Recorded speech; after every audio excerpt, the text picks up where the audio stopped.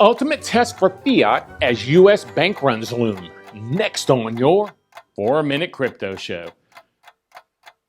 Today's show is from a post by Christina Conbent, Bitcoinist, and brought to you by BitBlockBoom. Now, BitBlockBoom is the great Bitcoin conference I'm hosting in Dallas, Texas this August. And this is a true Bitcoin event, not a cryptocurrency event or even a blockchain event. So if you're interested in Bitcoin, please take a look at BitBlockBoom.com. I hope I get to meet you in person at BitBlockBoom's third and best event yet.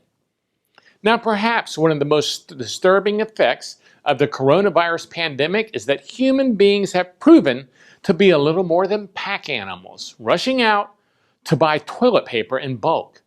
Now, panic buying during an uncertain climate was not unexpected. However, stockpiling rolls of toilet tissue rather than food is definitely a case of a following the herd mentality. Now, the latest thing that terrified New Yorkers are stockpiling is fiat cash.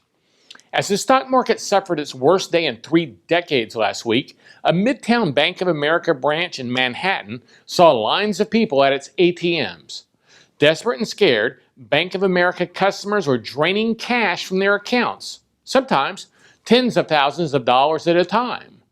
The demand was so great that the branch could not cope and temporarily ran out of $100 bills.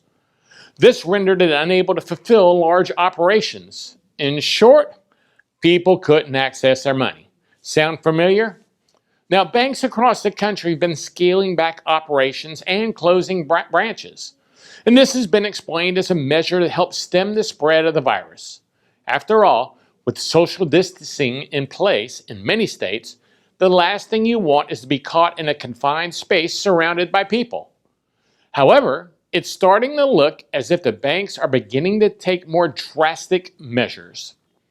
Although unconfirmed by official sources, managing Forbes contributor Tatiana Kaufman took to Twitter last night to say that Bank of America cash withdrawals have been reduced to $3,000. She stated, "Expect that number to drop over the next few days." Now, bank runs haven't happened in the United States for a very, very long time.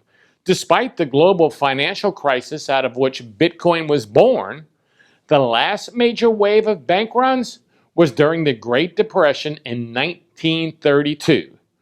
Now, of course, that's not the case in many other parts of the world, where bank runs, well, they become somewhat cyclical, and capital controls are par for the course.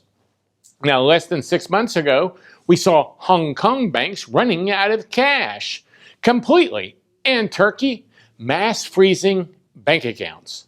Now, the latest frenzy for New Yorkers to withdraw their savings and stuff them in their mattresses is alarming on many levels. When bank runs begin, global financial institutions begin to collapse one after the other. Government bailouts start, and suddenly we're thrust back into a state of deja vu. The great money printing machine begins, and as one Bitcoin enthusiast pointed out of the trillions of dollars printed, regular folks, well, they're not going to see a single cent. As more and more people realize that the money in their banks is not under their control, and we're teetering on the brink of recession, bank runs in the U.S. could be the ultimate test for fiat. Now, do you think fiat can survive this latest financial crisis?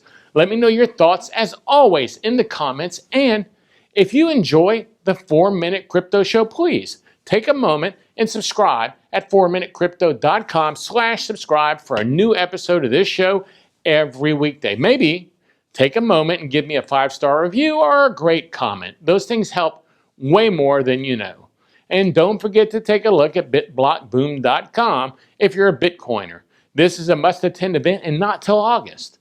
I'm GaryLeland, the Bitcoin Boomer, and thanks for joining me on another 4-Minute Crypto Show. This has been a CryptoPodcaster.com production.